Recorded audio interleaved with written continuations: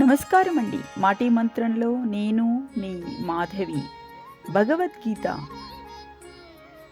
ఎవరు భక్తితో నాకు పత్రమైనను, పుష్పమైనను, ఫలమైనను, ఉదకమైనను ఫలాపేక్ష రహితంగా సమర్పించుచున్నారో అట్టివారిని నేను ప్రీతితో స్వీకరించుచున్నాను. శత్రువైనను క్షమించే మంచి గుణం నీలో ఉండాలి.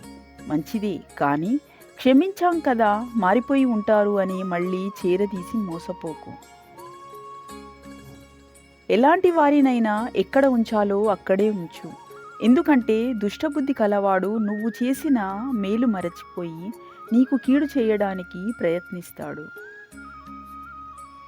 అందుకే పాత్ర ఎరిగి దానం, క్షేత్రం ఎరిగి యాత్ర అని మన పెద్దవారు చెప్పింది ఎప్పుడు గుర్తుపెట్టుకోవాలి.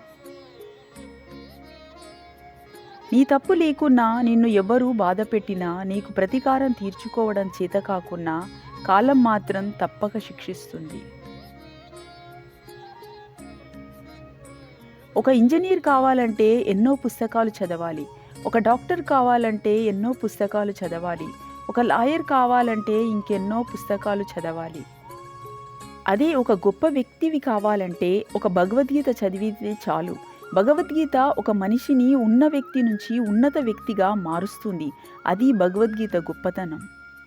ధర్మాన్ని కాపాడటానికి అధర్మ మార్గాన్ని అనుసరించడం తప్పే కాదు. గతమంతా మంచే జరిగింది, వర్తమానం కూడా మంచే జరుగుతుంది, భవిష్యత్తు కూడా మంచే జరుగుతుంది. నాపైన విశ్వాసం ఉంచండి. నువ్వు ఏం పోగొట్టుకున్నావని అంతలా దుఃఖిస్తున్నావు? నువ్వు పోగొట్టుకున్న దానిని నువ్వు సృష్టించలేదు.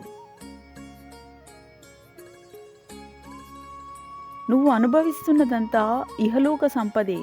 నువ్వు అనుభవించేది ఈ భోగం నిన్న వేరొకరి సొత్తు.